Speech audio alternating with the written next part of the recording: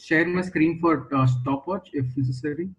Yeah. Sometimes it stops speakers from being able to see POIs that are being offered in the chat. So I would probably prefer that speakers time themselves, but they can ask you if they would rather a stopwatch be shared. Sure, cool. Thank you. I think I would rather to have a stopwatch shared in the screen. My phone is currently charged now. Just give me a moment. I'll share my screen then. Okay, thank you.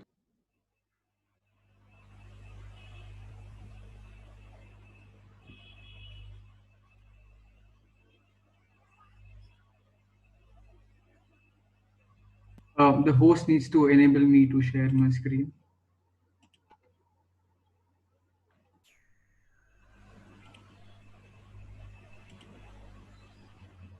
Okay, cool. Fair enough. Okay, yeah. Yeah, that also works. Okay, wait.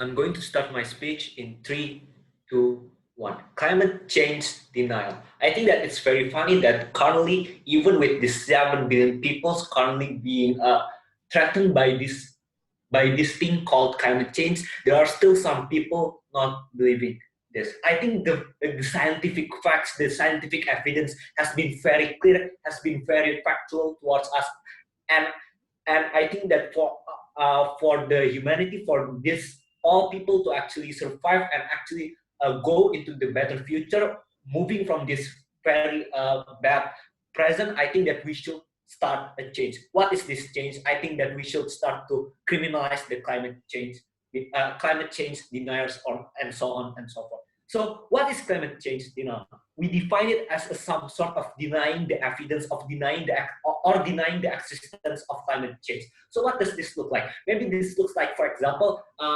President Trump giving a speech in the Republican convention that somehow he didn't believe in the existence of the climate change, or maybe he threw out some sort of very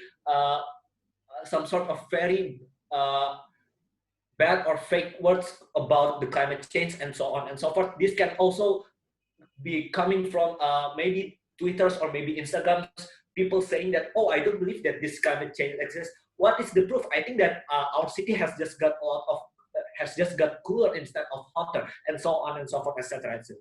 So what is our mechanism in our cycle? Firstly, we're going to bring them to the court, in which they're going to be punished. What is the form of this punishment? That there are.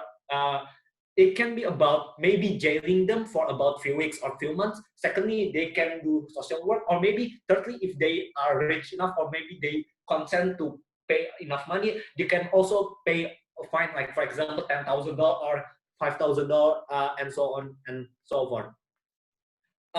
And also, we're going to show them some real facts towards we're going to show them some real facts, and we're going to teach them, and we're going to try to make them realize during this time of their punishment that, hey, climate change really does exist. So it's not only about criminalizing them or maybe punishing them alone, but it's also that we're going to educate them more about the climate change, because I think that it's undeniable that it exists. Okay, clarification that this debate shouldn't be about climate change existence or whatsoever. It should be about which side of the house gets the most benefit out of criminalizing, of whether or not criminalizing the people, and also the comparative of doing so. We're going to make our best to our goal is to actually make the status quo better. We're going to try to make them realize the existence of the climate change by actually criminalizing. I have 2 arguments in today's debate. Firstly, I'm going to talk about why this creates awareness for them, and secondly, on why it should be criminalizing instead of other forms of, or maybe like, for example, criticizing them, or maybe calling them out, etc., etc. So firstly, why it's going to create much more awareness for them. Firstly, I think that we should see the patterns of the trends of these anti-climate change people. Because the thing with the anti-climate change people is that when they have also been shown the evidence, or maybe the facts, or maybe the calculation of, hey, that climate change really exists, they just don't believe it. Why cannot they believe it? Firstly, maybe it's because it's because they are a very pessimistic person, or firstly because maybe they are pessimistic person. Secondly, maybe they just don't believe this data. Maybe they just believe that it's hoax. But I think that maybe they just believe it's hoax, or etc. etc. But so I think that this is where the point of criminalizing them comes from, because with actually having this some sort of block that, hey, if you're going to say out loud that you're not believing in climate change existence, they're going to realize that they're going to be presented with this legal punishment. I think that with actually showing them that, hey, if you're saying that, or if you're believing that climate change doesn't exist, there's actually a negative incentive that instead forces them to think, oh, I think that, at the end of the day, they will realize that they like it or not, that the climate change really exists at the end of the day. So actually, with us giving this negative incentive, we're actually giving them a nudge, so that at the end of the day, they can they can actually be more incentivized to actually believe that climate change really exists. Because let's compare it to in the opposite side of the when there isn't any some sort of punishment at all, because now these people are more free to actually believe that climate change doesn't exist at all. They're not feeling afraid. They're not feeling that they are going to be threatened by this legal punishment. So at the end of the day, they're not having a real change towards realizing that climate change really does exist. Moving on to my second sub point in this, in my first argument, but maybe somehow that opposition will bring up a point about, hey, I think that it's not fine to actually criminalize people just because it's of their opinion. But you have to know. No, thank you. But you have to notice that criminalizing this is as justified as criminalizing Ku Klux member or maybe white supremacists, etc., etc. And we say this is where our points come from, in which actually you putting on this false narrative bring further harm towards the society. Why? Firstly, when you for example, when you say that maybe a certain skin color or maybe a certain race of people is bad, you actually bring a fake fact. You actually bring a very not accepted point towards the society. But the thing with the climate change is that you're actually bringing this harm, that you actually that you're actually bringing this false fact or false narrative that somehow climate change doesn't exist. And when we just let it slide out, I think that it's very dangerous, because there isn't any control towards it, because now people are free to actually voice out their opinion. They can also influence others opinion to actually believe that somehow climate change doesn't exist. I think that it's very dangerous at the end of the day to actually let it slide. Secondly, moving on to why it should be criminalizing instead of maybe calling them out or so on and so on. Out of time. Oh, okay, thank you. I'd like to thank the Prime Minister for that speech and invite the Leader of Opposition to continue the debate. Would it be possible to do the timer as a stopwatch instead, just so it's clearer when it's protected time? Thank you so much. Am I audible? You're a bit muffled. Could you try say something again? Am I audible? That's much better, yeah. There might be some background noise.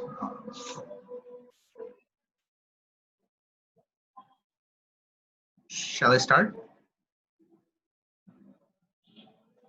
All right, starting in 3, 2, 1. There are two things that OG doesn't prove to us. First of all, that most crimes we know of that are legally held by law are actually known to the criminals, but criminals still do it knowing the compensation.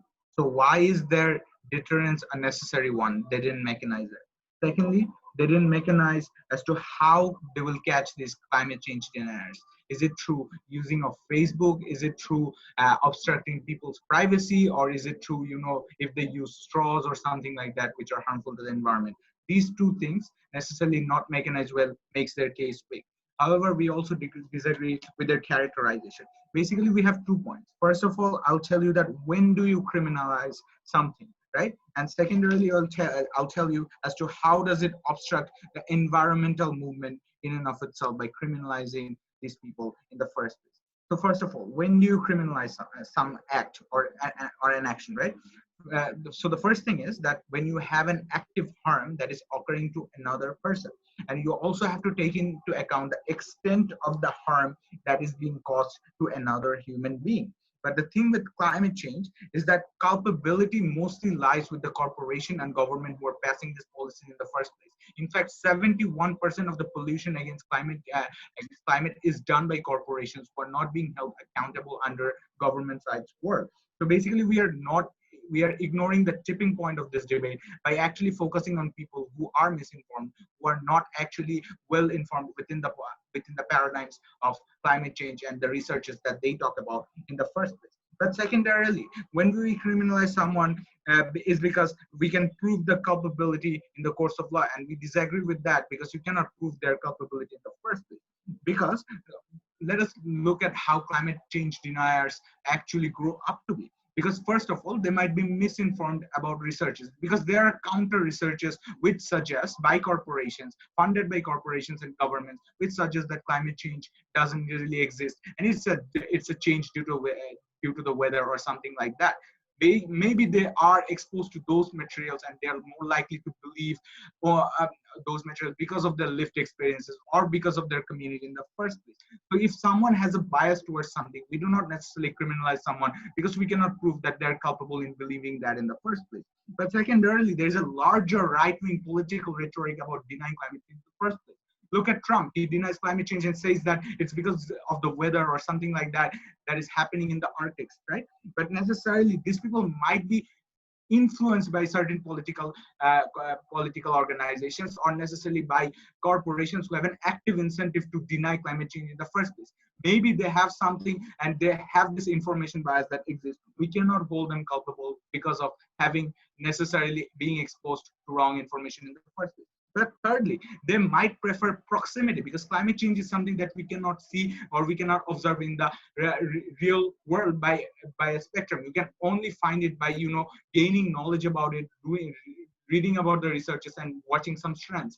Average person isn't necessarily exposed to those materials in the first place. But secondarily, people mostly who know about climate change but still deny it, do it out of self-interest. Because understand that when you have to support climate change, you necessarily cannot go to that corporation. You cannot work at that corporation who sells straws and something like that. You cannot necessarily work in places who exploit environment for the sake of gaining profit. That is to say, it is an active stake at your it has necessarily an active stake at your livelihood. It is necessarily, it obstructs the way you live your life. And we believe that we necessarily, when people act out of self-interest and when people's livelihood are attached to it, you cannot necessarily put a tab on that necessarily will criminalize these people because they are, their entire livelihoods are dependent on that in the first place. So this is why you necessarily do not criminalize. On to the second point about how does it obstruct environmental movement in the first place. Because understand that environmentalists who are currently working under the system are going to be less efficient if this policy passes down. Because there is the overwhelming right-wing rhetoric about climate change in the first place. Look at the situation of coronavirus. There are various deniers of that this is Chinese propaganda, and various right-wing politicians, including Trump, until he got affected by coronavirus, used to spread this kind of propaganda in the first place. So basically, there is an overwhelming majority who galvanize power by using climate change in the first place, and these are strong people and the most effective in passing policies. So there are two things that environmentalists care about. This is to say, firstly, that they care about changing people's minds about environment. They want people to care about the environment and they want to change policies regarding it. So on to the first point about how this will obstruct changing minds of people in the first place. Because when you antagonize something like that, climate change denial, you actually put them off the rack. You actually don't let that discourse happen in the first place. You actually, thus discourse happens in a vacuum that only one opinion is right in certain cases.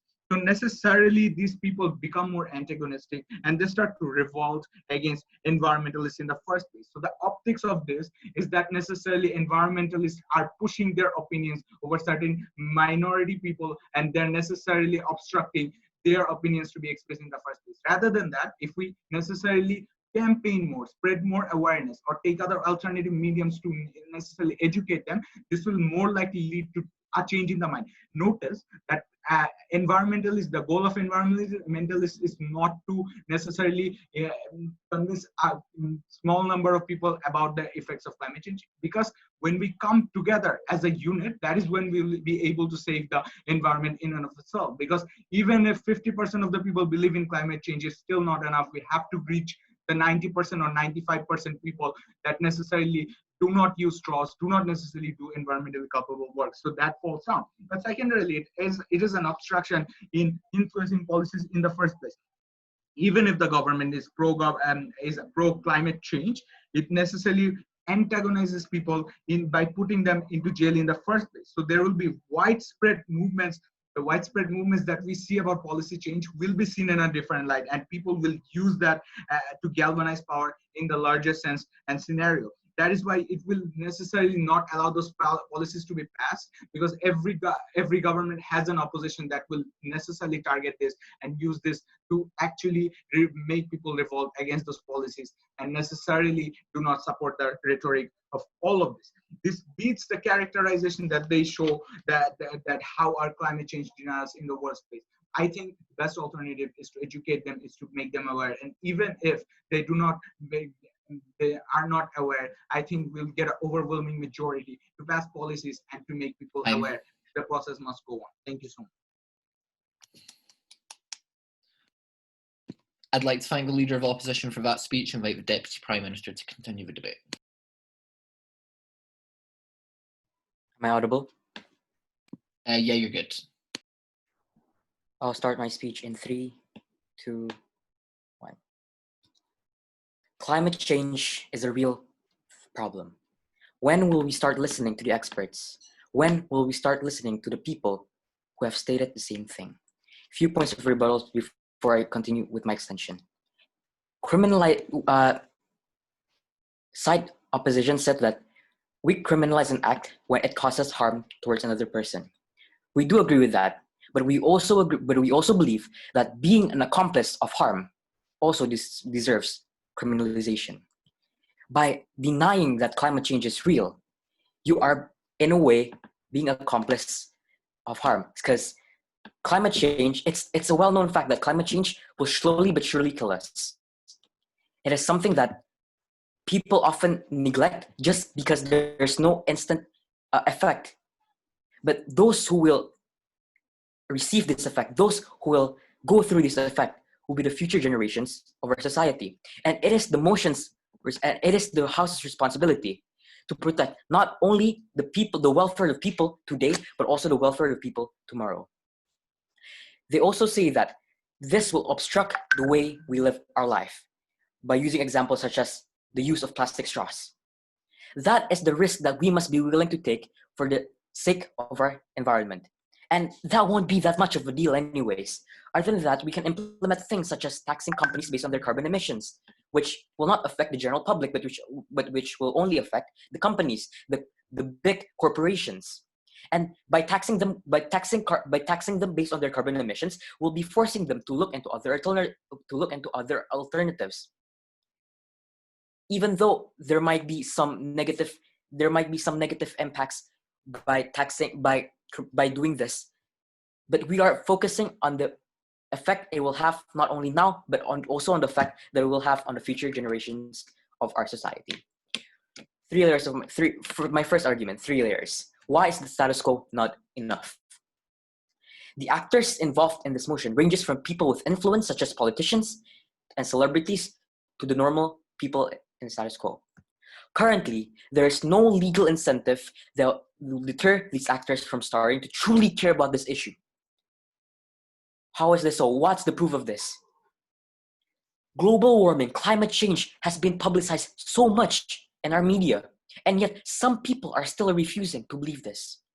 Since this, I'm gonna be referring to this politician, since they are not incentivized to do so, since they are not incentivized to believe that climate change is real and to actually do something about it, they can freely deny it as much as they want and will bear no punishment other than mere critics from the general public. Why is that dangerous? For people like politicians with status, this will cause a big issue. Like it or not, people are inclined to look at the opinions and believe the opinions of the higher ups. Because us as the general public, we believe that the higher ups, they have more information, they have more knowledge about what is actually happening. And we can't say that and for the side opposition said that they might think that they might have some research confirming that climate change is actually not that big of a deal.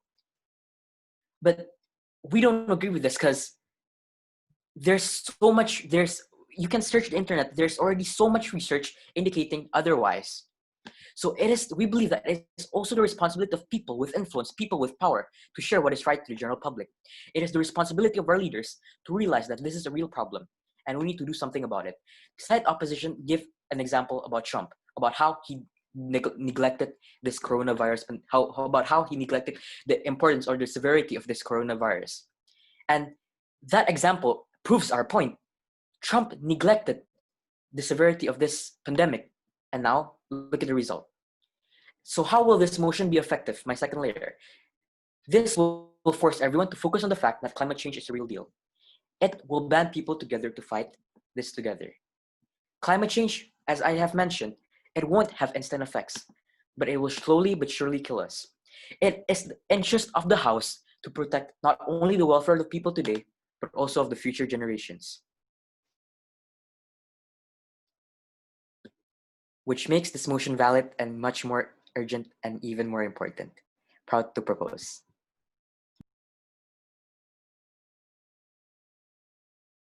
Cool. I'd like to thank the Deputy Prime Minister for that speech. I'd also like to remind speakers that points of information are heavily encouraged, and from the spirit of the game, we would encourage speakers to try and take at least one. Without further ado, I'd like to invite the Deputy Leader of Opposition to continue the debate.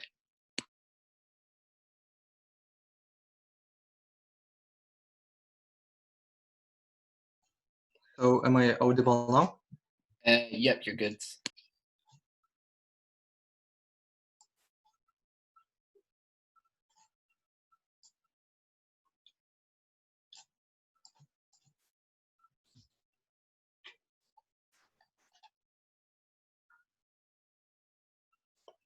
So two general things. One on how exactly the activity that opening government talks about, like governmental law, etc., whether it's likely to be passed or be affected or hated by the public, and two, whose responsibility is it?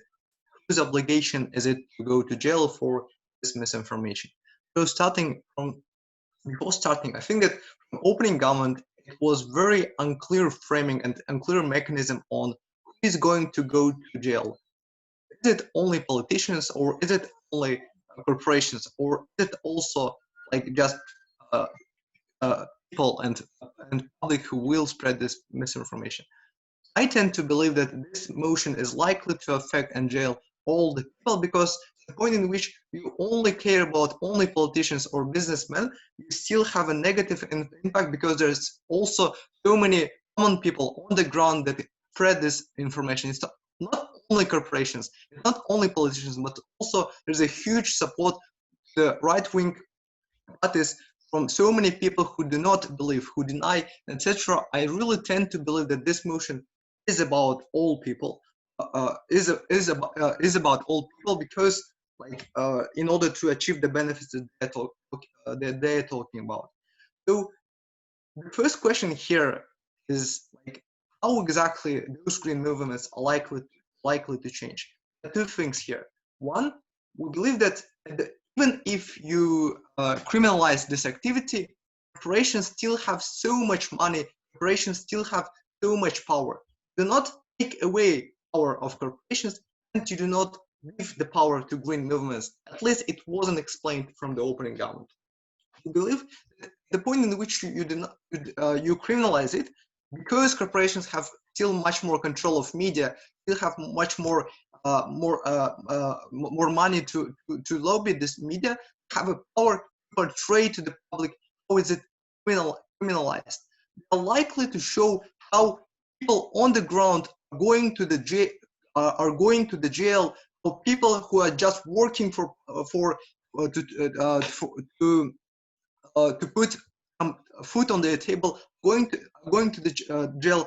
We will. It's likely to have a huge impact on it. Why? Because they are likely to increase the empathy of common people. I noticed that empathy that people have to other human beings rather than the green world is huger, because most of the cases people does not actually understand what is happening. People does not actually understand where is climate change is happening, because there are so many mechanisms that corporations have to silence the media. But secondly, though, we know that there are also huge problems. There are structural problems that green movements encounter in the status quo. Do not have huge access to data because those corporations are blocking them. There's still so many people that do not believe in climate change, and they have no access to media. Even if you ban denying, there's still a mechanism for those corporations to block access.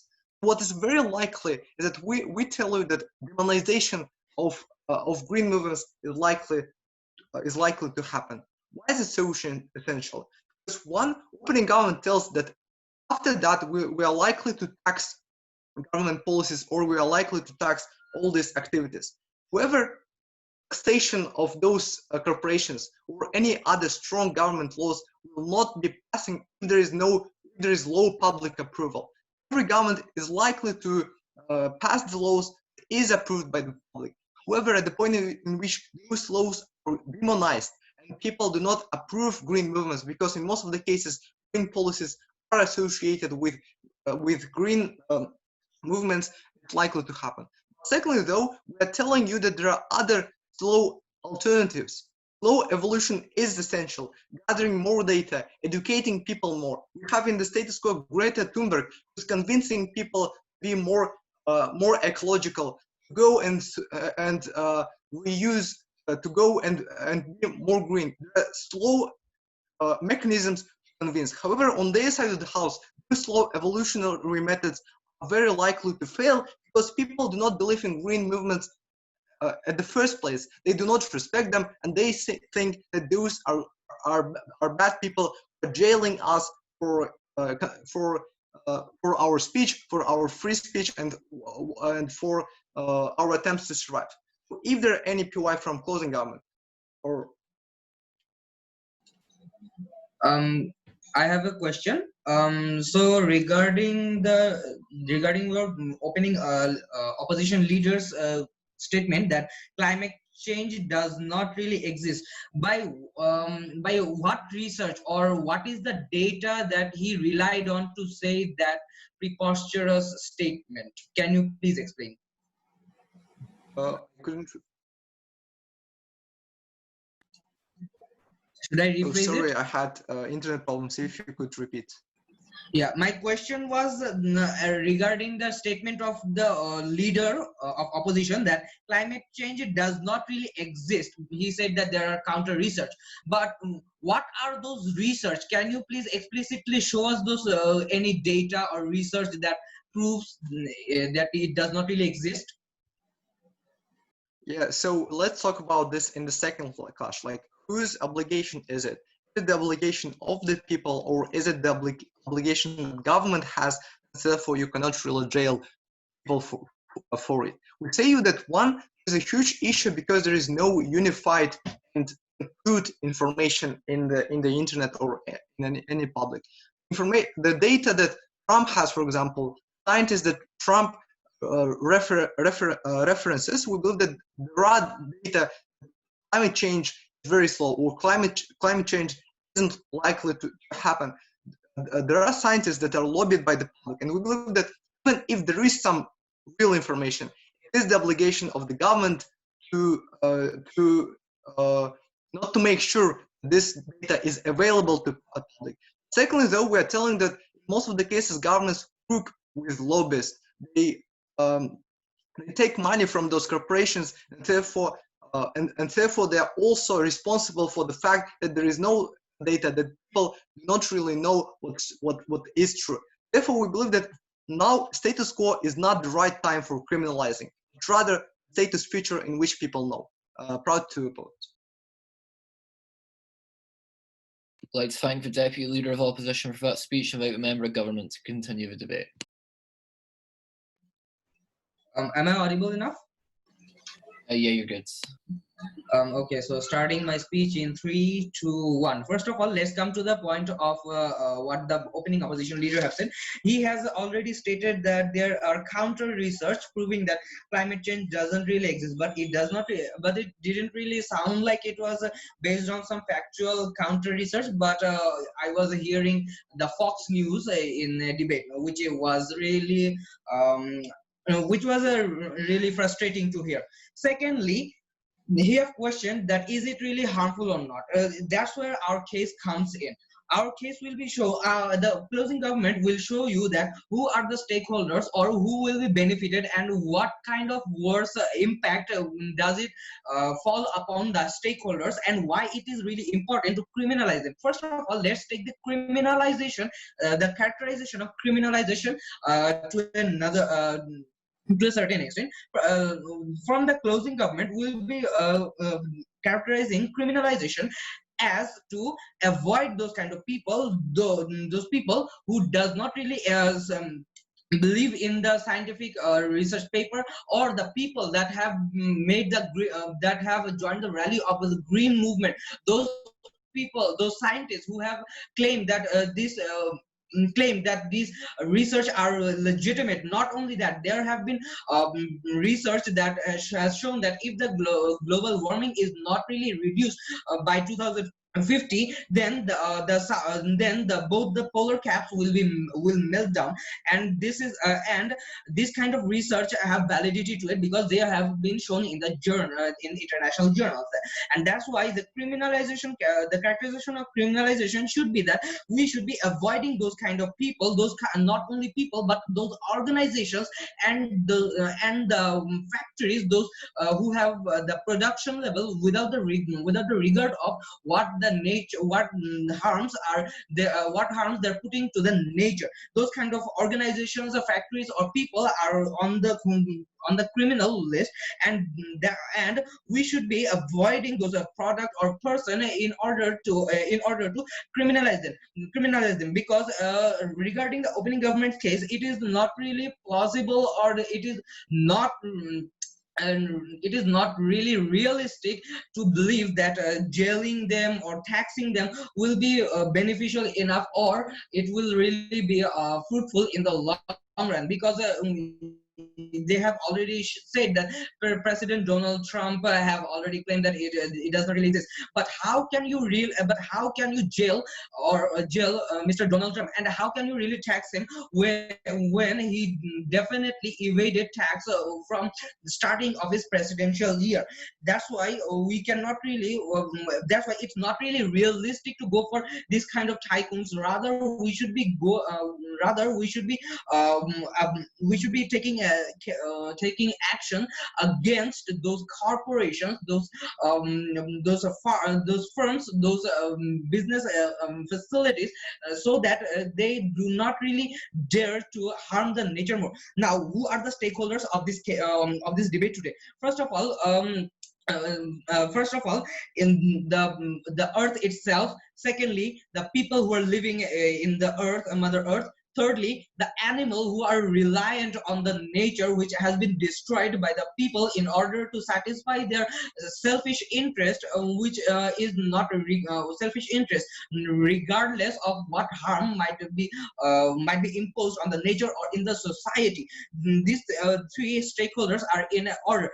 So third, fourth, the economy of a country or the economy of a state, which should be considered here, because because the economy is also impacted by the climate change in itself. Because if you really because what the mechanism is that people rely on the nature for the raw materials and the other raw materials and other stuffs, and not only that, our lives are totally dependent on the nature. But destroying the nature, we are causing the climate change to happen, and this climate change have taken an adverse effect on the nature, on the people itself. And why is that? Because and why the stakeholder of animals or the living creatures which are living in the nature does really matter? Because those because there are many kinds of animals which bears deadly viruses, like bats who bears the COVID, which was suspected as mainly suspected for spreading the COVID-19 to the whole world. And why it is happening? Because the nature is getting destroyed, the weather is changing, the climate is changing, and for that reason they have to shift their homes from nature to the living livelihood of people. And if this kind of shift happen, then the implications also falls into the category, falls into the towards the humans who are the first stakeholder of the of our case. And what is happening? The world is under the lockdown, and the world is suffering from COVID-19, not only from the from the disposition of human lives, but also economically, and not only economically, from the work positions or any kind of or in the business related, in the financial way, or any kind or in the education sector, which you really consider, all of them are affected by it. And that's the reason why we are proposing as such motion that this house would criminalize the climate change denial. And I've already stated all the impacts and all the impacts of this all the impacts that are happening of just because we are denying climate change for our self-interest. Now how this would work, the mechanism is that we should be avoiding those kind of products, not only and how it will affect, if we avoid those kind of person or products, the corporation will be bound to revise their business policy, revise the production or revise the mechanism how they produce goods. That's why we should be avoiding. Secondly, re-educating, not only educating on a presidential level or any kind of tycoon level, but on a family level, so that we can so that it is valid enough, and these people will be educated, and from in itself from the family, so that they can be they can learn the harms and they are inflicting on the, not only on the climate, on the nature, people, on the world economy, and all of it in itself. That's why we are proud to propose. Thank you. I'd like to thank the member of government for that speech and invite the member of opposition to continue the debate.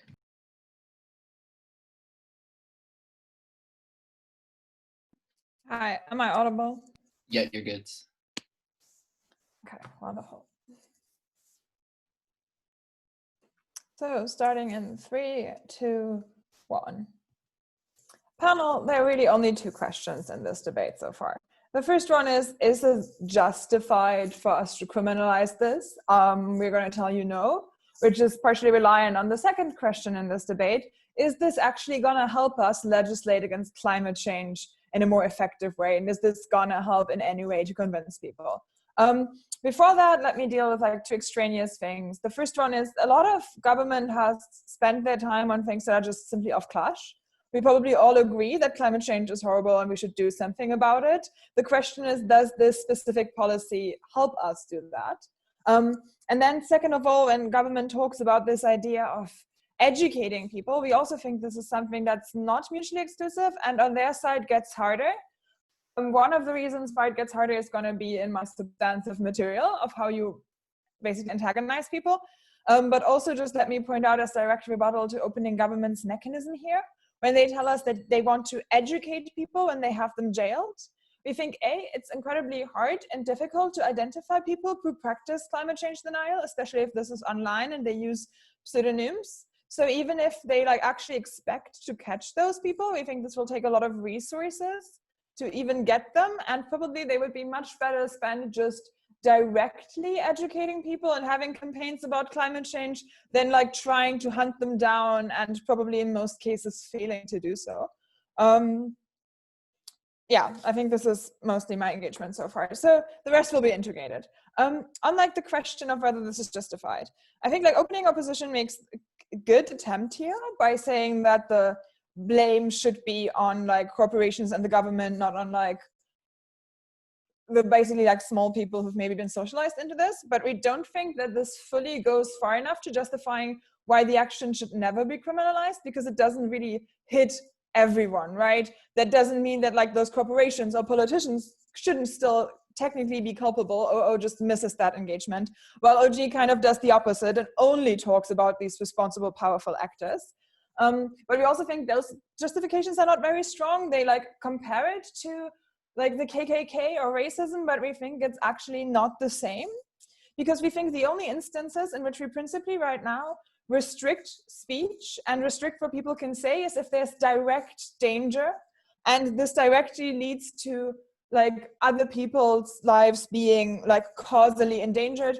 This is why we restrict hate speech or like incitement to violence. We think denying scientific facts may in the long run lead to bad impacts, but we don't think that you can like causally claim that somebody doing it in this situation actually leads to that. That only goes through the link of actually making bad policy based on that, and is therefore way more indirect, and we think it's not justified. And again, this justification probably relies on whether you actually stop that. So let me go on to the second clash of whether you actually make anything better in terms of the narrative and who you like elect and which actions you therefore take. Like one point of direct rebuttal before that, I think it's incredibly important to note that most cases will be incredibly hard to catch. Neither government team has shown us that you will be likely to really restrict people or like arrest people, because very few of them do it very upfront or publicly. Like we think most of this happens somewhere in the internet on like conspiracy theory forums, etc. And there it's just gonna like not be very possible to stop that speech, and it will still exist. And we think like even in places like Fox News, where like this is just like, I don't know, when you're that far down the rabbit hole of going completely against any fact, then probably those people in their world will be heroes if they take the fine or go to jail for a couple of weeks, and will also not be deterred and still do it for the publicity. Like look at the headlines of some Fox News anchor now like goes to prison for 2 weeks for speaking the truth. That would probably actually be very good for them. So we also don't think it will be much of a deterrence. Yeah, like all that OO brings you here is just like, oh, you shouldn't antagonize those people, and like we agree, but we're gonna mechanize it for you. And then they like also try to say that you're gonna like get sympathy from the mainstream. We think this is probably not that likely, because most of the mainstream already believes climate change is real and will not now like suddenly flock to believing it's not a real thing. We think the biggest impact is on the actions of those that already kind of believe that like narrative and empathize with kind of the idea of climate change not actually being real. We think there we are most likely to change their minds. And like also not on like any of the corporations that are talked about in this debate, because those corporations like already know it's wrong and they have just other much stronger incentives to still believe it, but like rather the individuals that follow them. So let me characterize them for you. We think those people who already believe like, or who still believe climate change isn't real, do so despite overwhelming scientific evidence. It has like been 3 decades that we have known this is real. This is something I learned like at 12 years old in school. It's not that difficult to understand how climate change happens, but those people still believe it isn't real despite all of that evidence, and despite it not being that like hard. And we think that means 2 things, or like 3 things about them. Most likely, they are already in kind of a bubble where their minds are shaped by public figures and ideas that just don't align with the mainstream, and where they're very hard to reach, and where they're like very far entrenched into that. And we think, secondly, those people already believe that the public is out to get them. Because if you live in this world and you still think that like basic scientific facts are not true, you must believe that there's some sort of conspiracy going on. If like every school and every sensible government in the world says this is a thing, and you still say like, no, absolutely not, we just don't think it's real. If you see the news nowadays and you see that climate change is happening, and we have like the hottest year on calendar for like the third time in a row or whatever, then you just already don't like you already think somebody's out to get you. So in that context, if now criminalization happens, this will just be interpreted, and very easily be interpreted, as somebody trying to fuck with you again, and somebody trying to like further manipulate your opinion, and instead will cause like not people to listen, but further outrage and not being able to say things. And we think what that does is that these people like draw even further into this narrative, and that you make this suddenly an issue, that you make this a very salient battleground that these people will start talking about, and then convince other people, and something that they'll suddenly start voting about, because now this is something that you draw for the foreground for them, and that you make something about the identity that is attacked. Yeah, my time management is horrible. My partner will continue on this. I'd like to thank the member of opposition for that speech and invite Government Whip to close the Gov bench. Am I audible? Yep, all good. Okay. Here I start my case. 3, 2, 1. As the opening government says that that they will jail and make those people who are disbelieving those scientific fact, they will tax them, but that will not surely help us in a wrong run, because you can't just oppress anyone's freedom of speech just because they deny it. So that we have to educate people more about this. And as it about criminalization, the opening opposition says that this is just because of freedom of speech, you can't criminalize them. Then why can't we criminalize them? They are spreading conspiracy theory, what may harm us in the long run. Because if you are spreading this kind of fake news, then the people people may believe that they will that this is totally global warming don't exist really. But this will impact our world, because if you don't take any kind of necessary steps to stop this, then the eyes of the to pole will be will then the existence of human life will come to in the near future. Because this type of global warming activities just increases the uh, harm of natural calamities. Because of these natural calamities, the losses, economical losses and other losses are visible in our eyes. And to stop this type of thing, you need to criminalize those who disbelieve this system. You can't just tell everyone that this is not right to believe, and you can't expect them to listen to you. You need to pass some laws to implement this in the mindset. We said that the neither the opening opposition or neither the closing opposition have mentioned how will they overcome this system. They just said that you can't just criminalize anyone for not believing not believing scientific fact. But how can how but this belief will cost us so many harms. So how will you overcome these harms? You don't mention any kind of policy, any kind of movement regard this. To opening government has said some kind that there are some scientific research regard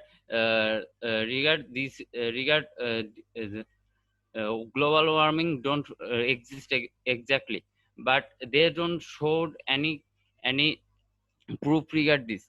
Uh, the the closing government uh, uh, the uh, the closing government also mentioned how will you catch them. Will just by your social medias and online medias. As you know, in our life, social medias have a great impact. So if so in this modern world, it is not that much hard to find anyone in anyone's what he if he posted this on online, then it is not that much hard to find who is this person. uh, then you uh, then uh, uh,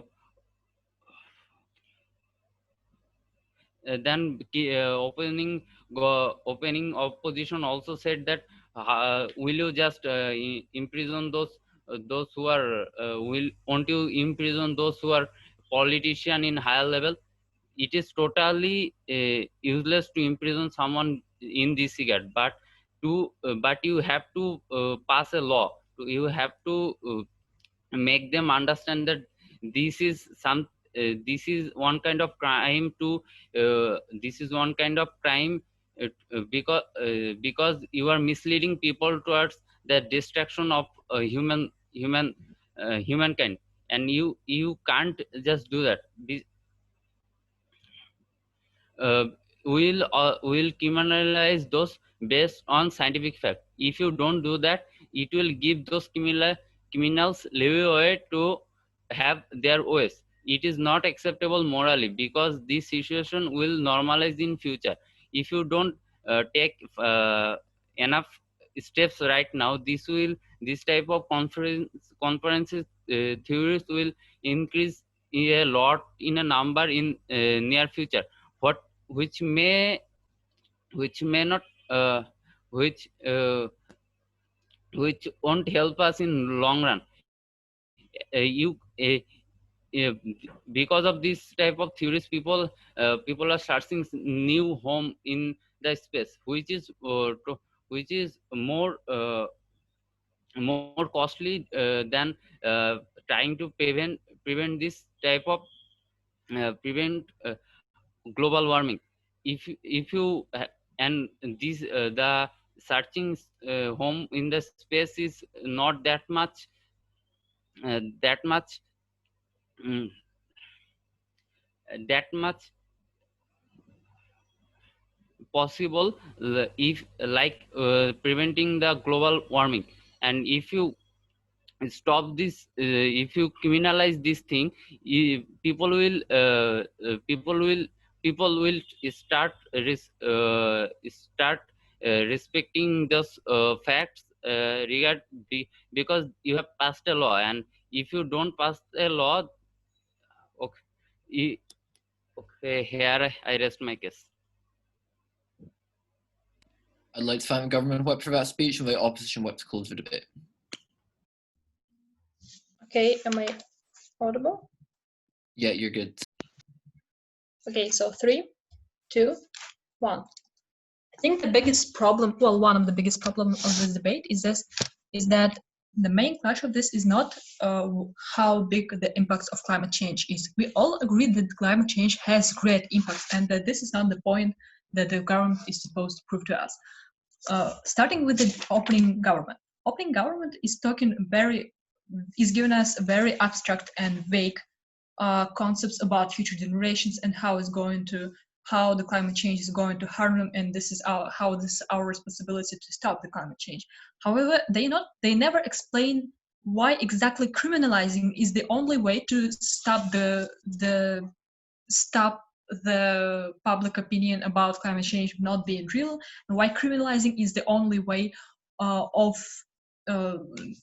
lessening the effects of climate change on our society and world. Closing government is talking about, well, first of all, closing government is saying that we can criminalize climate change because it has huge harms in the long run. However, as my teammate has already explained, it is not morally, principally, or lawfully justified to criminalize something because it has bad effects in the long run. There is absolutely no examples of anything in the liberal democracies being criminalized because it has harms in the long run. On the contrary, we understand that we criminalize things when they have actual instant and immediate danger to society or to individuals. Secondly, what closing government is talking about is that how oppositions don't say how to cope with climate change. Well, there are many ways we can cope with climate change, which are already used in status quo.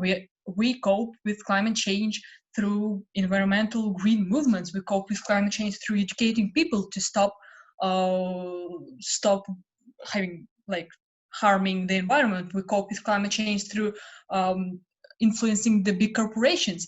All of these things have a visible impact on the lessening the effects of climate change, and criminalizing is absolutely not necessary in this case. Thirdly, closing government is talking how this behavior will normalize in the future.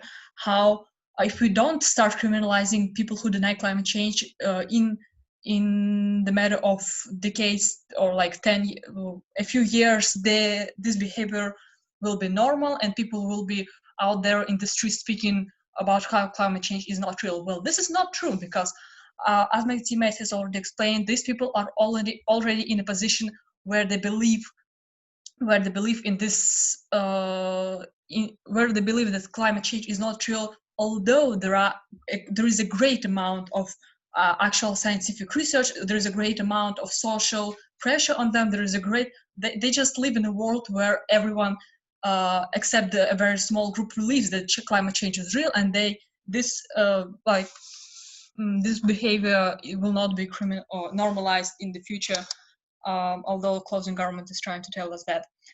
What the main point of this debate is going to be, had to be, is that if decriminalization is actually going to have a positive or negative effect on the impacts the governments are telling us, how it's effective and how it's justified.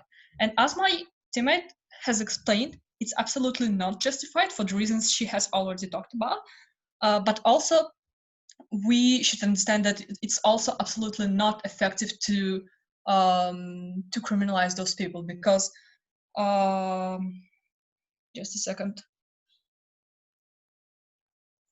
Yes, it's not effective to criminalize those people in order to lessen the impacts because these are the people who don't believe in climate change in spite of the great amount. Researchers, as I already said, they are already in a bubble. They think that the world is against them and make the kind of conspiracies.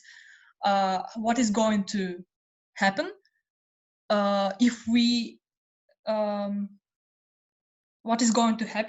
criminalize those people and put them into jail or whatever the government is saying is that apart from all the things my partner said, they will also start talking about they will also start spreading their conspiracy ideas because the climate change is currently the issue that is very much talked about.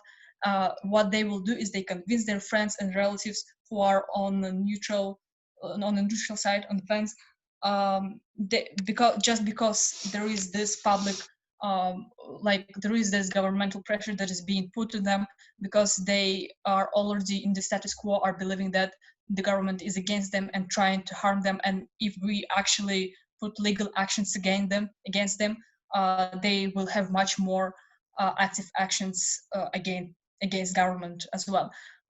What is also going to happen is that it will become a current issue for the elections, because there are sometimes in political world there are some critical points which affect the social life of the people very much, and these are the points of time when people start discussing and talking about the issues that are current in society, and this is the point where those discussions are mostly important.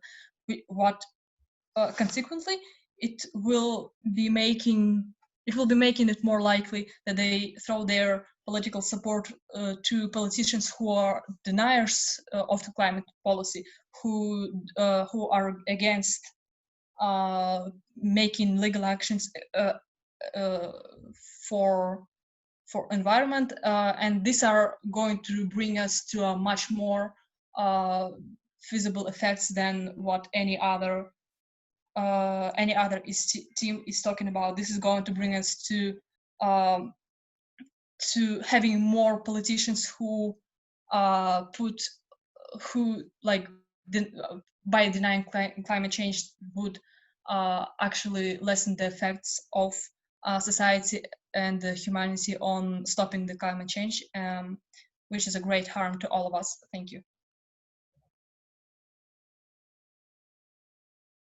Let's thank speaker for that speech. And I guess if my call is going to be recorded and there is not as much of a need to wait for if the DLO is going to turn back up, that looks like closing government have appeared.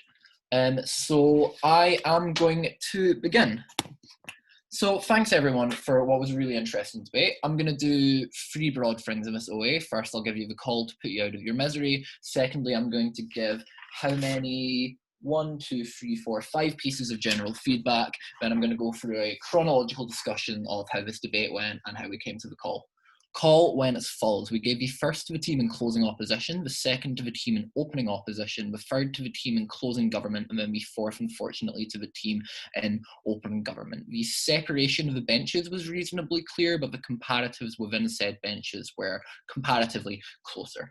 5 pieces of general feedback then before I get into a chronological discussion of how this debate went. DeVito, could you please? There we go.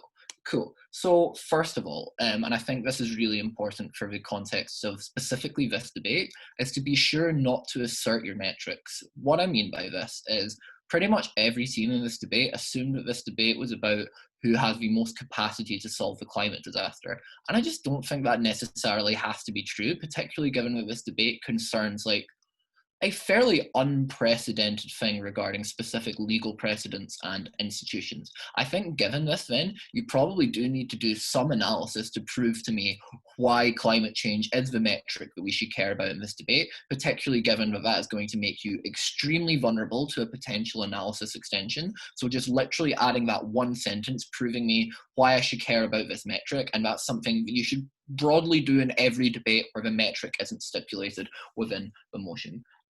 Secondly, this was quite a problem for a lot of teams in this debate, and I know it sounds like kind of glib feedback, but I would be really careful to really extensively read the motion and during prep to try and constantly connect back every piece of analysis with one sentence at the end saying, and this means X for the motion, because a lot of cases in this debate had analysis that specifically centered around things like the prevention of attacks against the climate or whatever, and bad corporate practices and the criminalization of that.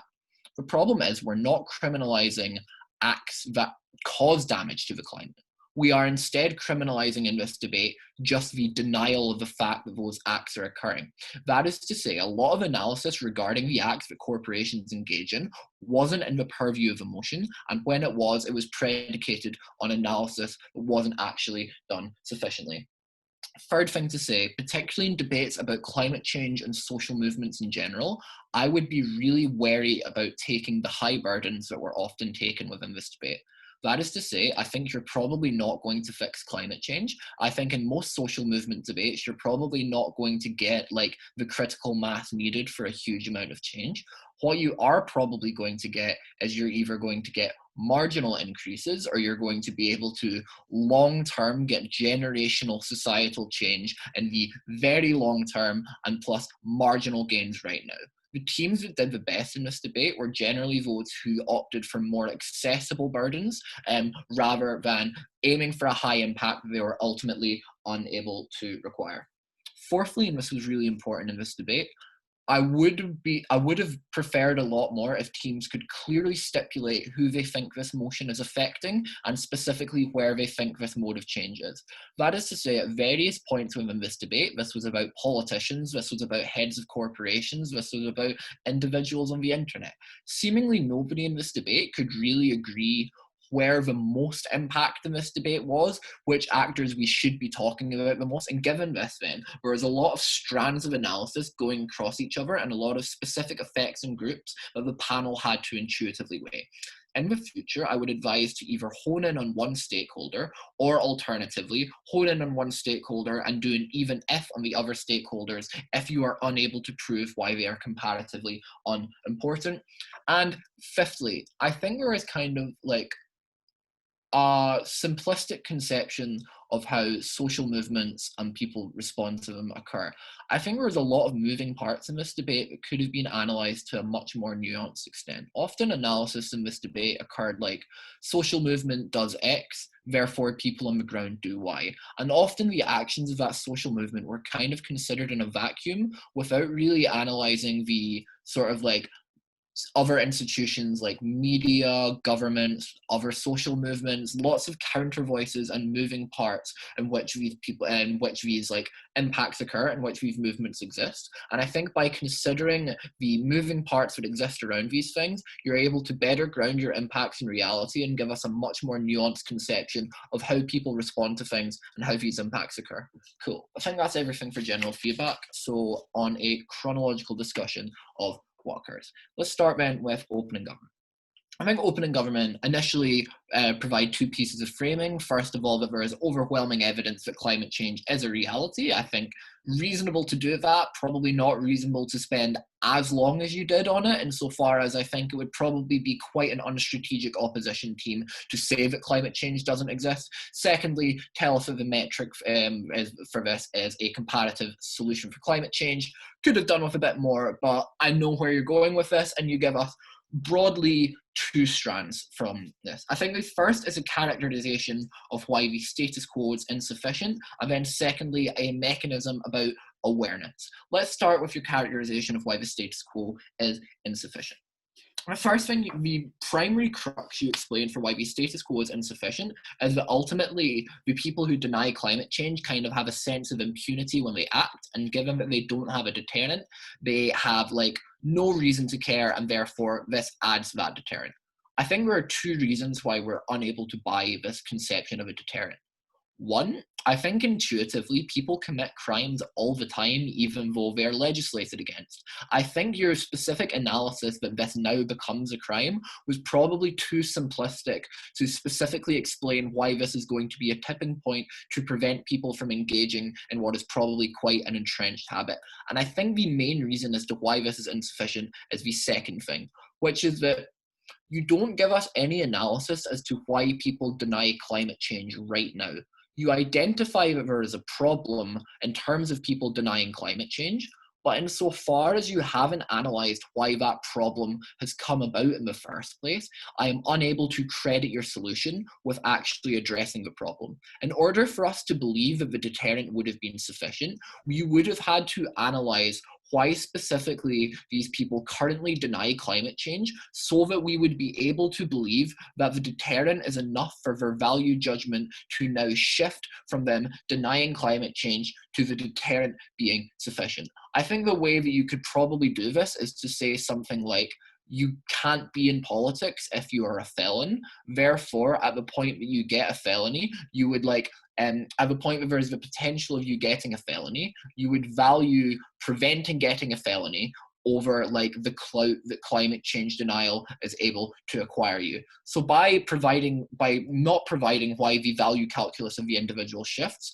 we're not necessarily clear why this deterrent is sufficient. Secondly, on the idea of awareness, that punishment acts as a signal as to making climate change more of a real thing, and the way that we are able to get people believing in climate change is to make it a punishment in this manner. This is your efficaciousness contention. I think we broadly have two issues with this in terms of crediting it later in the debate. I just think, first of all, the specific mechanization as to why punishment makes something real isn't really there. So I think this ends up getting exploited quite a lot by the opposition bench, particularly by closing opposition, to say that at the point that you are punishing it, this is probably specifically the signal where it seems like less real, and it seems like the government are trying to control your thoughts more, freeze speech, all of that sort of stuff. Given this, then, I think your specific mechanistic link as to why your initial change results in the outcome that you want isn't there, and you kind of take us from point A to C. But I think there's a bigger problem, because even if you do prove to us that this awareness occurs, I'm not actually sure what that accomplishes at the end of the day. Maybe people become more aware of climate change. Maybe people think that it is real. I don't know what people do with that information at the point that they get it. Maybe they mobilize, maybe they do nothing, maybe they like break down in despair at the future of the world. I don't know. You never explain to us what people do with this information in your best case, and therefore at the point I already have to make a logical leap to be able to buy the change in the first place, I am necessarily unclear on the end impact. How then do opening opposition compare to what we get from opening government? I think opening government, I think first of all in terms of direct responsive material, I think one, opening opposition say that deterrents don't work. I think this is broadly asserted, but I think given that I'm already unable to buy opening government's also asserted reason as to why deterrents do work, these two pieces of analysis just go across from each other. Secondly, opening opposition pushback in terms of a model, in terms of is probably going to be quite hard to catch people. I think this probably isn't what the debate should really consist of. I think closing opposition give this response better, but I think ultimately this doesn't really engage with opening government's primary contention that this is probably going to be about politicians and corporate leaders. What then are the two contentions that we get from opening opposition in terms of positive material? Firstly, that this is illegitimate. Secondly, that this results in an obstruction of the movement. Let's talk about the legitimacy clash first and why this broadly doesn't stand in the debate. I think the problem with the legitimacy clash is twofold. I think, first of all of the principal legitimacy stuff is just tied to a social norm rather than any degree of actual principal harm. So that is to say, the reason why you say that this is principally illegitimate is because there is no legal precedent for it. The thing that you don't do to actually prove your principle is prove why it's illegitimate for those precedents to change. Note that legal precedents change all the time insofar as society necessarily has to adapt and legislation is necessarily going to become outdated. Given this, at the point that you have grounded your principle in what is a societal norm, rather than something that I'm able to actually consider a harm on a principle level, I'm not necessarily clear to the extent that we can buy it. But secondly, in terms of the actual content of your principle, which is that climate denial, the broad one was climate denial is not a choice because it's specifically a consequence of the information that people would receive. I would broadly posit that this isn't exclusive to climate denial, and this probably also applies to things like hate crimes at the point that people are susceptible to things like right-wing controls of media. Given this then, I think you had a burden to specifically explain why this was a distinct factor of climate change denial specifically that makes this principally illegitimate. And I think insofar as you don't do that, beyond the material about like it's tied to specific individual self-interest, if they sell straws or something, I think this is probably fairly marginal insofar as I'm not sure why they care about this self-interest to the same extent, and it probably doesn't apply to that large group of people. I think given then that you have failed to ground this in terms of an actual principal harm or prove the uniqueness to what we are criminalizing specifically here, I'm necessarily unable to credit the principle. I think where your push from O broadly comes, though, is in terms of policy outcomes, is in terms of the specific effects of the movement. This is useful in the top half clash because all of opening government's benefits are contingent on some degree of positive climate change prevention occurring. If you are able to prove that this doesn't occur, you win the top half. And I think the reason why you manage to prove that it doesn't occur is because of the idea that people probably aren't going to respond to this well. Opening government rely on people having this narrative put out and then having some sort of sudden light bulb moment where they believe that it's real and now consider it a legitimate thing. I think it's under-mechanized and I think it's unintuitive. Your response is slightly more mechanized and comparatively more intuitive, whereby if you put people in jail for things, they are probably going to be mad that they are in jail for things, and therefore they are likely going to lash out at the movement that they feel are responsible for having put them into jail.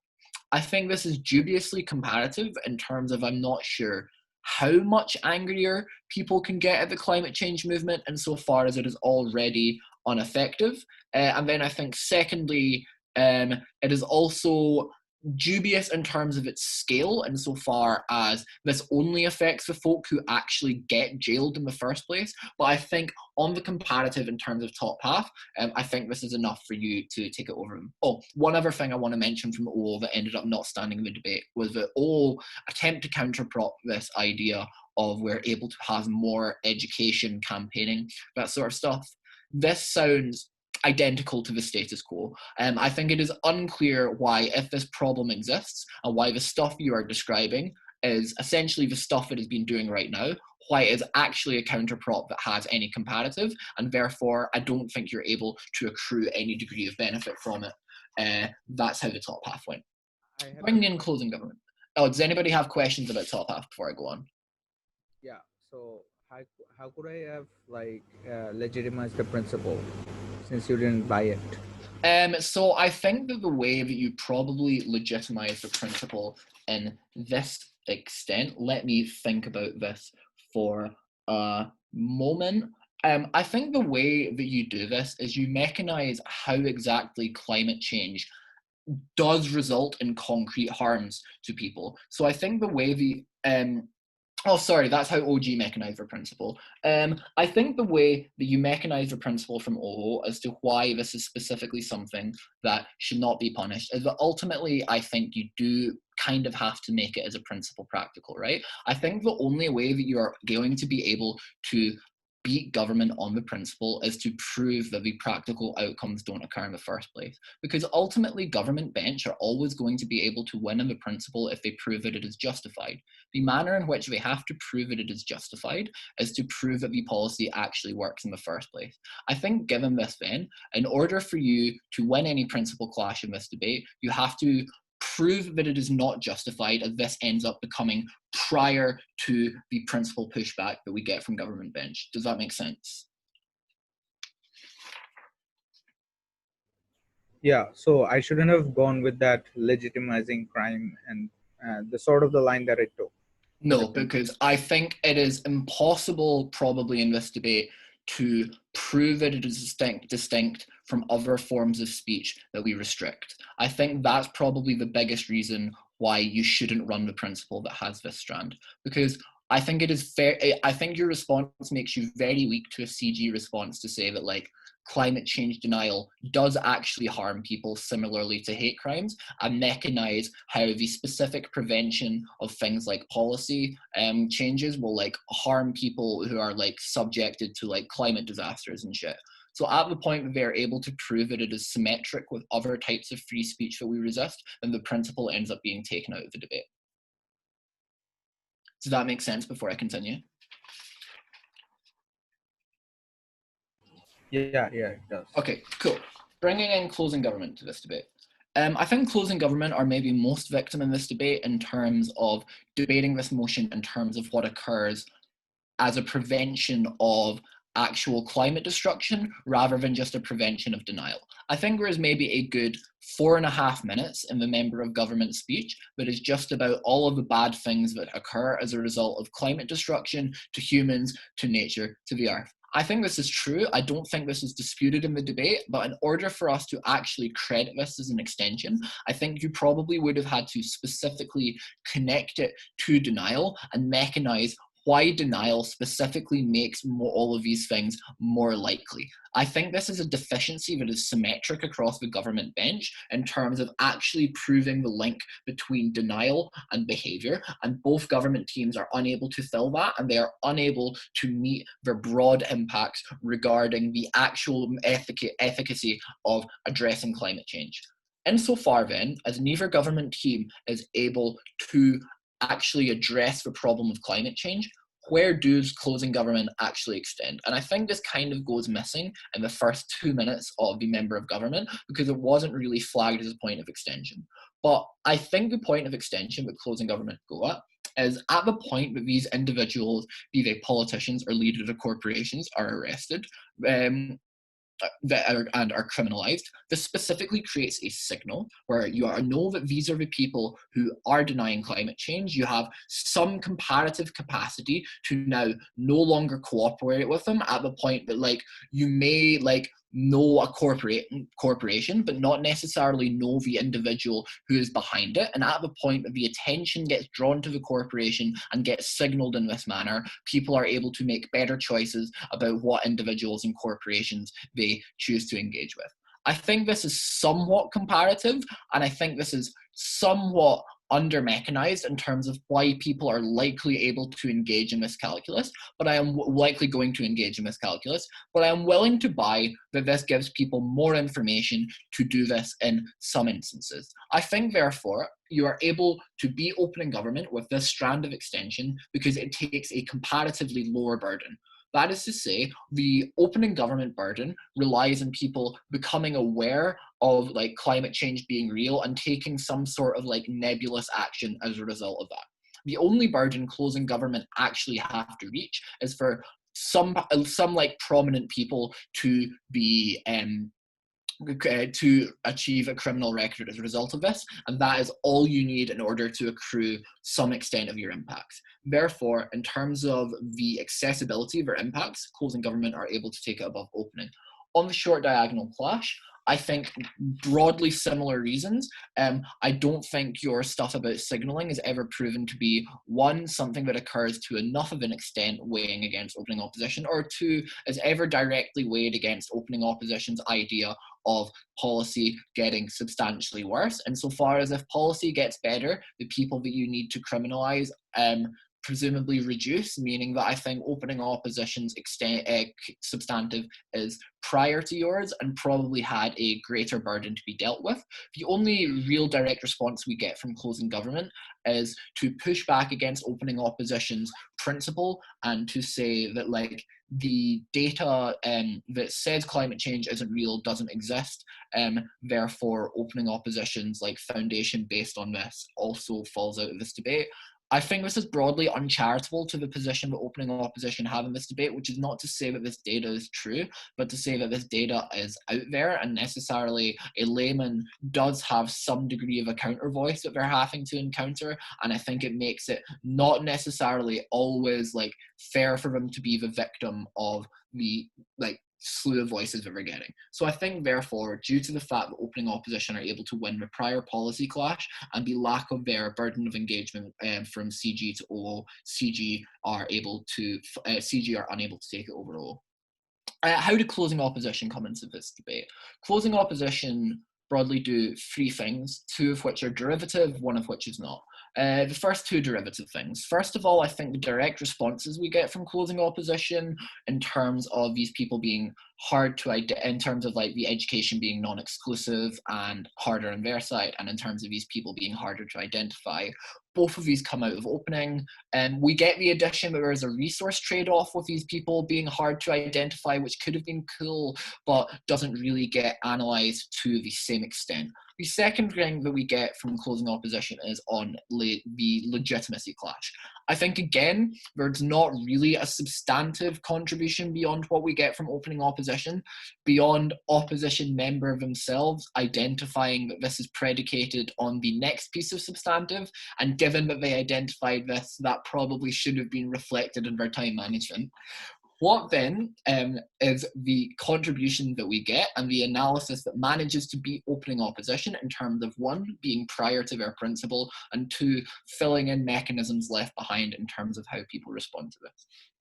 I think there are broadly three important contributions that closing opposition make with regards to this. I think, first of all, closing opposition give probably the clearest conception in this debate of who actual groups that are changing in this is. That is to say, I think opening opposition are kind of nebulous in terms of who they think are responding to this. I think their analysis doesn't really go beyond people go to jail and people get mad.